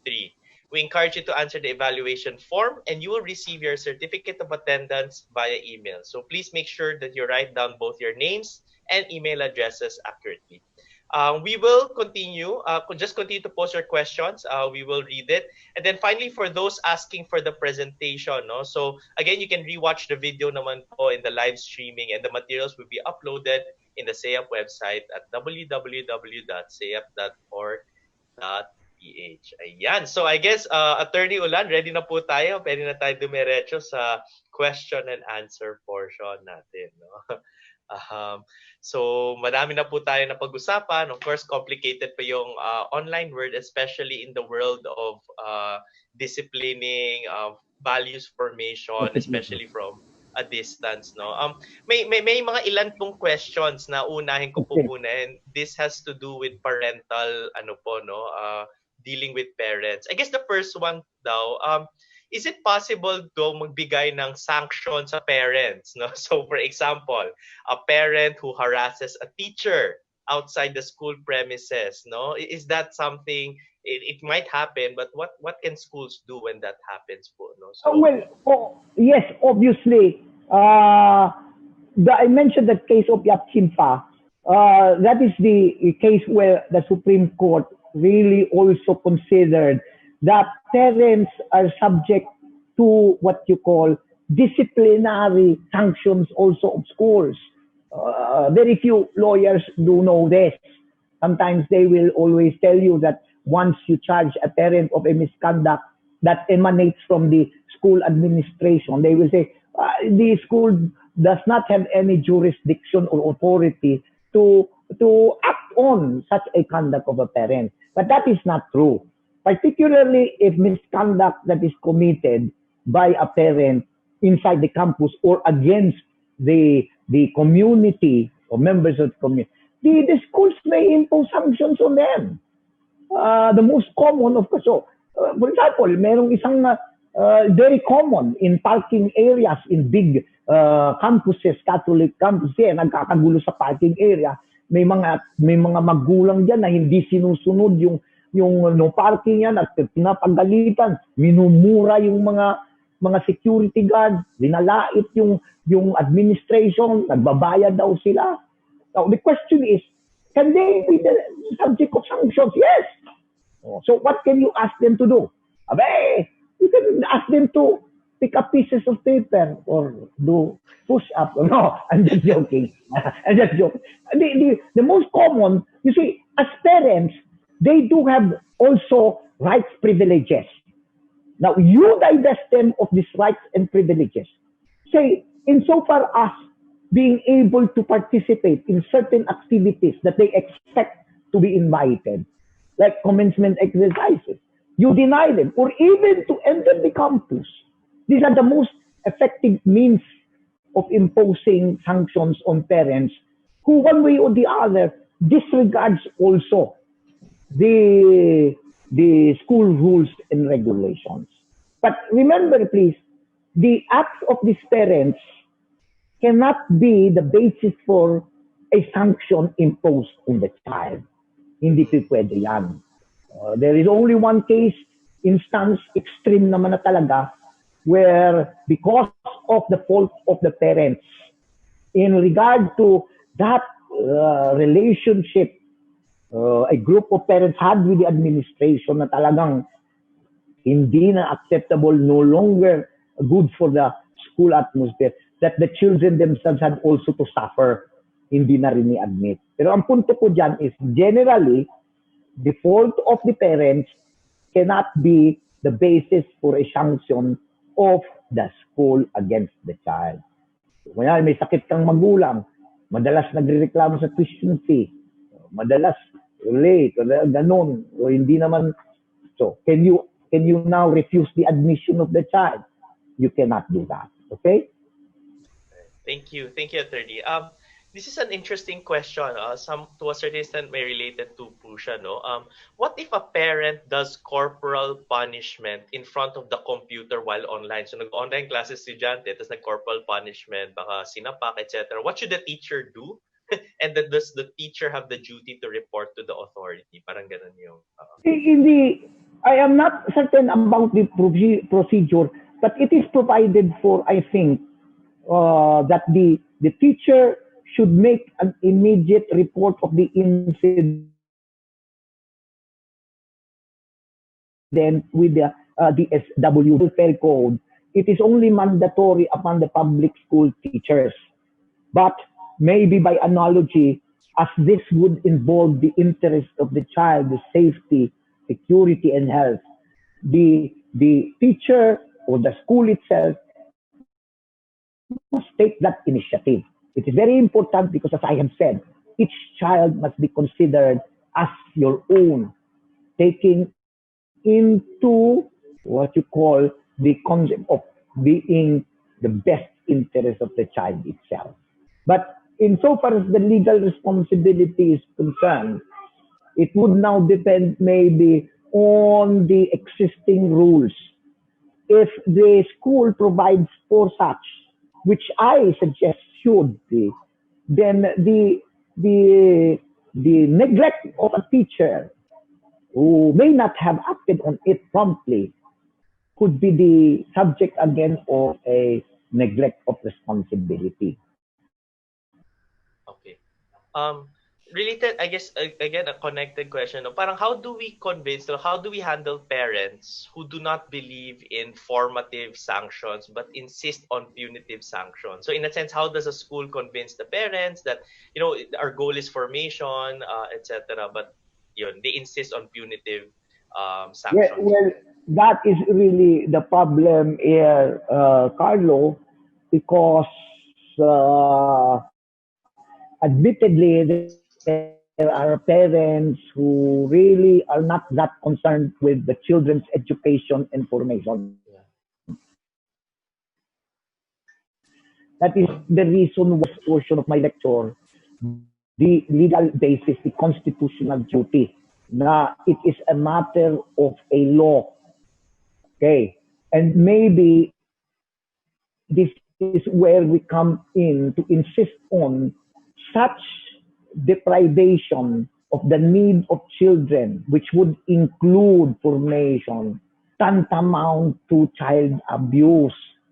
So it could be insisted on and even give rise to certain aspects of parents now again being themselves sanctioned by denying them certain privileges that they should have enjoyed as a parent of a child in your school. So continuous reminder of this sort, yeah, especially those parents who are into uh, activities that will deprive or prevent or deny them from having time sufficient enough to oversee the formation and even the education of the children. There has to be insistence. Yun lang, and of course, even maybe to the extent of threats na, yan, ang anak mo, yan, siguro naman, they will recognize that. Dahil pinapabayaan mo, ayan, nahuli namin, nagsumbong sa amin, they have been doing acts or omission that are not in accord. So we will just have to sanction them. And the sanction may entail, no longer admission, readmission, or even, a suspension. Kasi pwede mo pa naman suspend eh. Huwag mong ipapasok. That's the reason why I have always said that passive discipline is not sufficient. Many would disagree, but I still believe that to some extent, the imposition of certain sanctions to really impose discipline should still be adopted. So yeah, pag sabihin ninyo, nahuli po, and that is maybe the time that their eyes would be open and they would therefore just have to involve themselves. Kasi pwede ring isumbong, yari, kabastusan ng nilalagin kasi hindi pintuan, hindi sinusupervise. So yun, the school now will have to uh, take action on that. yeah. There was a concern brought here actually. Sabi po nila, ito pa kay Ma'am Guadalupe. Sabi niya, speaking of discipline, sir, maraming bata daw so for example, may disciplinary issues yung mga bata, pero yung mga ibang admin, takot daw i-disiplina yung mga bata, especially kung influential. Yung tatay, yung magulang, comes from a prominent family, etc. So I don't know if you have advice on how the That, administration. well, that is exactly maybe the reason why also there is in Congress, I think you have heard about it. I do not know what stage it is at the moment, where it would exempt the public school teachers and hopefully would include the private school teachers from liability of child abuse in cases of acts in relation to discipline. Because the truth of the matter really, uh, the DepEd, yung pinakita ko kanina sa inyo, the DepEd Order number 40 expanded the concept of corporal punishment. Kaya siguro nagulat kayo kanina, why am I talking about corporal punishment when I will be concerned as to what is to be done in online? Now, because the general concept of corporal punishment is physical contact to inflict pain. But I pointed out to you that the DepEd order expanded it. That will now also include even verbal, gestural, all of which may be committed online. And yun na nga lahat na lang ng mataasan mo ng konting boses ang bata, mapagsabihan mo ng konti na hindi ka nais-nais sa magulang, titirahin ka na ngayon ng child abuse, which is very difficult because it may entail a criminal action. But it's really very difficult to prove child abuse. But as I have said, because of how easy it is for influential parents, because of course their money, to drag teachers to a criminal or even civil case, teachers now are hesitant. We do have several cases pending with our law office involving child abuses. And I tell you how much burden it has been for the teacher accused. And I can even tell you that there is no basis at all. It's just because, the parents did not like how the children was dealt with, that you see, as a, maybe as a, parang bawi, kinasuhan. I could relate several cases, but of course, may makakilala pang maakusahan. So, that's the teachers should really be careful about these matters of discipline.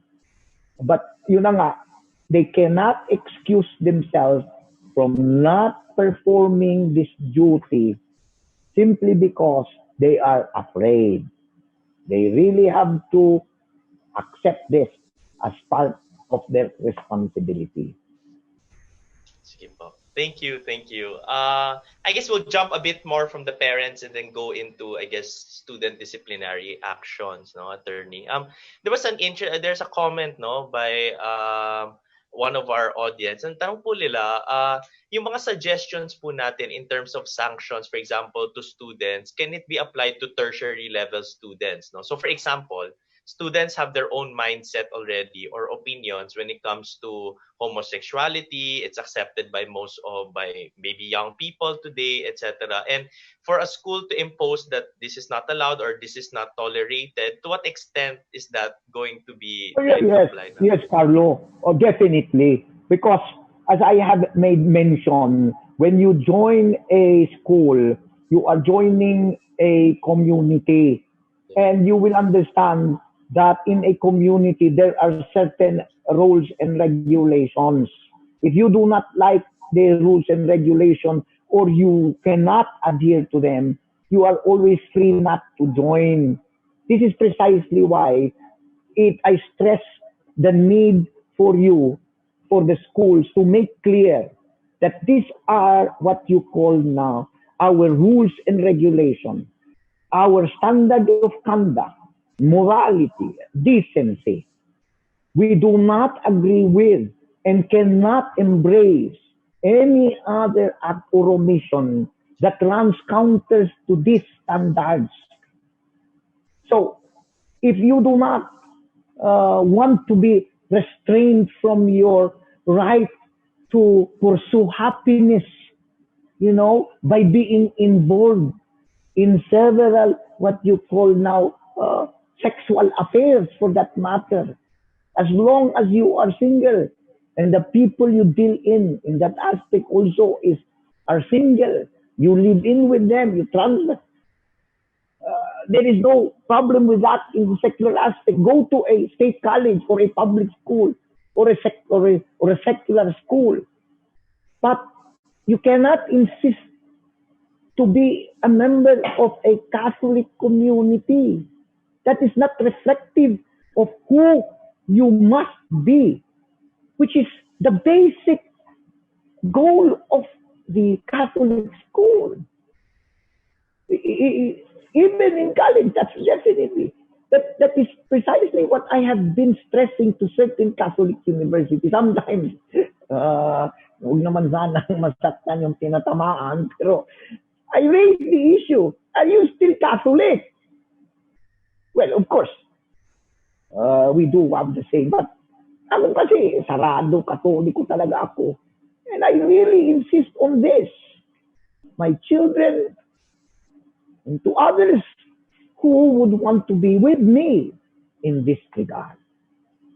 We cannot make excuses that because everybody is doing it, because it is allowed in accordance with secular standard, then I have the right. Yes, you have the right. You have the right to choose the school. If you want that to be exercised, if you want to enjoy it, and your right to pursue happiness not be curtailed, do not join me. So it's applicable even to college students, even insofar as cross-dressing is concerned. They will always insist on freedom of expression. But if a school provides clearly, that is also the reason why. Maybe another suggestion, even in online classes, the teachers should also observe the attire of the children, insist on still using uniform. The legal basis for uniform, threefold yan. One, identity. Two is, of course, security. And number three is to also teach the children that standard of decency that they must adhere to in regard to choosing the way they appear. Kaya, dapat i-insist talaga yan ng mga Catholic schools, lalo na pagdating sa basic education. When you face me in camera, here in our classes online, be in proper clothing. Hindi basta-basta na lang yan. Minsan, sabi ko nga kanina, baka may nakahubad pa dyan. No, insist. If ever, pati pantalon, pati suot. I mean, it's a matter of you insisting that these little things taken by many for granted is important in regard to really formation.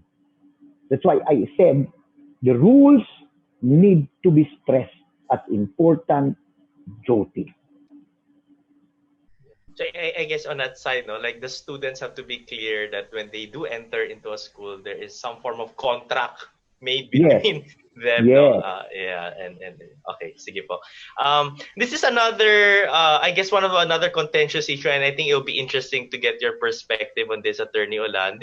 So ang tanong po ni Ma'am Guadalupe, how do we deal with married teachers who are fond of having relationships with their students, no? So medyo pumuputok to ngayon sa social media, 'di ba, where teachers who are adults are actually involving themselves, right, with affairs of students, getting into relationships, inappropriate conversations, no? So that's one. And then I guess the second one is, what if the student is above 21, no?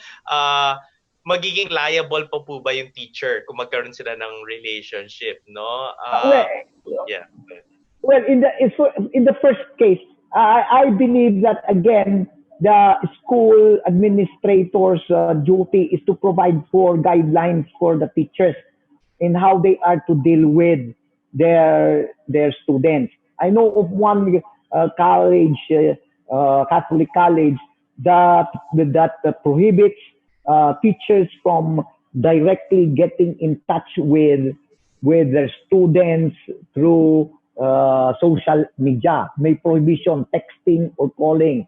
So any dealings with the students, even in college, should be coursed through the administration. Now that may be difficult, but that is what the school requires. And it is to avoid instances of sexual harassment or what you call now inappropriate relationship with them. So it is a matter for the school to make clear to these teachers that there are certain means and ways of communicating or relating to the children that should be prohibited or limited. Because again, without the specific, rules for them to know, getting in touch or texting students would not be considered as something that is abhorrent and subject to disciplinary action. So the suggestion is formulate rules, just like what I mentioned, the college where it prohibits direct contact. Eh, I text my students. I consider them my children, even if they are lost students. But see, I text them so much, encouraging, even some love notes. I admit, I deal with them one way or the other because it's balancing the act of teacher, both as a instructor and at the same time as a parent, which is what is required by law. Because as parent, you need to show compassion, you need to show care, and communication with them would be one way of establishing this. So talagang, it's just a balancing of what is still proper, what is right, which still within the scope of which is accepted by virtue of the standard of decency and conduct of the school itself. Now, insofar as the second question is concerned, funny thing is, if that was prohibited, a teacher falling in love with a student, it could be a ground for the separation.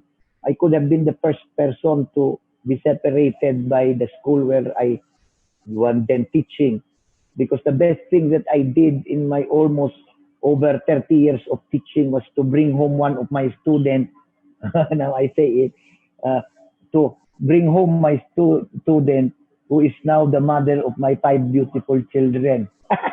so, so, so the thing is, there is a case already declared by the Supreme Court that falling in love is not a subject to a misconduct against teachers.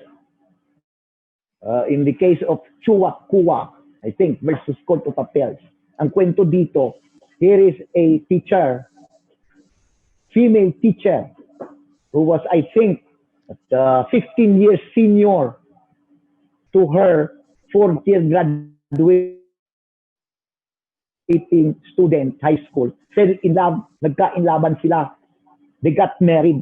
So the school administration found it to be unacceptable. So the teacher was separated. But sabi ng Supreme Court, naku, diyan yung, it was quoted by the Supreme Court, it just now to prove the truism of the phrase that love has reasons that reasons itself do not know. Now, this decision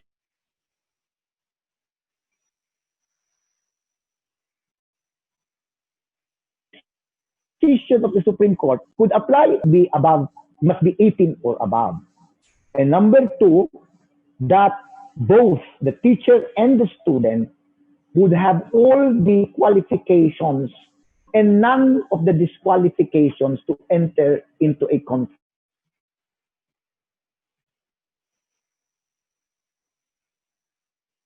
of marriage. Okay? So, kaya nga ang sexual harassment policy dapat ng school expresses not a prohibition from falling in love, but dissuading or discouraging falling in love. Kasi hindi mo mapapigilan ang tibok ng puso, di ba? Talagang pag tumibok, that's it. It irrespective of the age gap or the differences in culture and in family, social status. Pag nagkainlaban yan, walang makakapigil dyan. However, if the relationship blooms between a teacher, okay, and a student who is still a minor, or a teacher who is already married, legally married, or a student also already married, meaning they have now one or many or several of the disqualifications from entering into a valid contract of marriage, then that could be obviously a grave immoral act that could now be, okay? Sige po. Maybe we ran out of time, no? Attorney, maybe you'd want to have some final closing words, no? That you'd want to say to our audience, maybe just to close off your talk po, no? Thank you, Karlo. I would like to express my gratitude, of course, to CAP.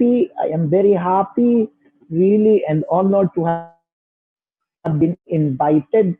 Honestly, I do believe this was triggered by an article that I wrote and came out in Manila Times regarding the problem of how we are to inculcate now the duty formation of character. uh, I want really this to be a matter of importance. The CAP maybe or a group of the educators who are more into education. I repeat, it is something that is important. It is something that is necessary. It is declared not less than the Constitution, but it is even the very heart of a Catholic education. Remember the words of Archbishop of Villegas. Our first and foremost duty is to transform our children into canonized saints. And how do you do that? Formation of character. This situation has brought about the difficulty as this could effectively be done if they are physically or face to face. This online or this separation physically makes it difficult, but it is not an excuse. You have to remember, these children is our future. It is our hope. They may learn, but you will find out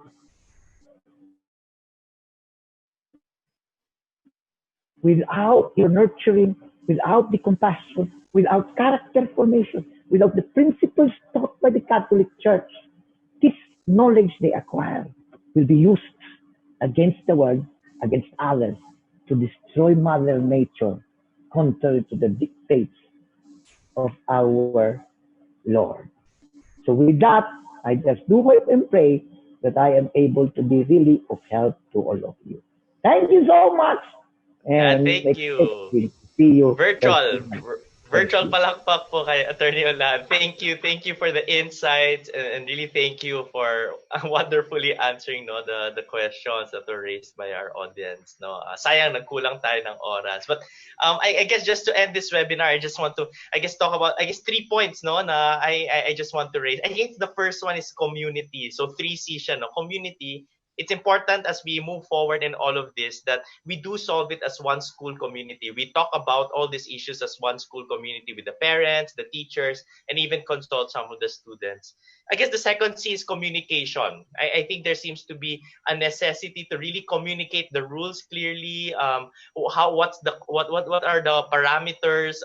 What's expected from students, and also what's expected from parents. No? So I think it's important to emphasize that. No, how do we communicate this clearly para walang gulo and it's clear to everyone. And I guess the third one, which I think is a beautiful, is to always respond with care and compassion. I think we're all struggling through this. I think young people are also struggling with all the different problems, the complexities of the pandemic. And I think it's an extra there's a need for an extra care and concern, no? And compassion, no, coming from us as we form also our students moving forward. So I think these are just some things to keep in mind, no, as we move out from this webinar. So again, thank you for everyone who's attended this webinar. I hope it was a really Ito. insightful. Everyone was able to learn, and thank you again, Attorney Ulan. And before we end, we would like to thank Cleves and Roxo CP for being our amazing partners for this webinar. So again, virtual palakpak po sa ating lahat. Maraming salamat po sa inyo.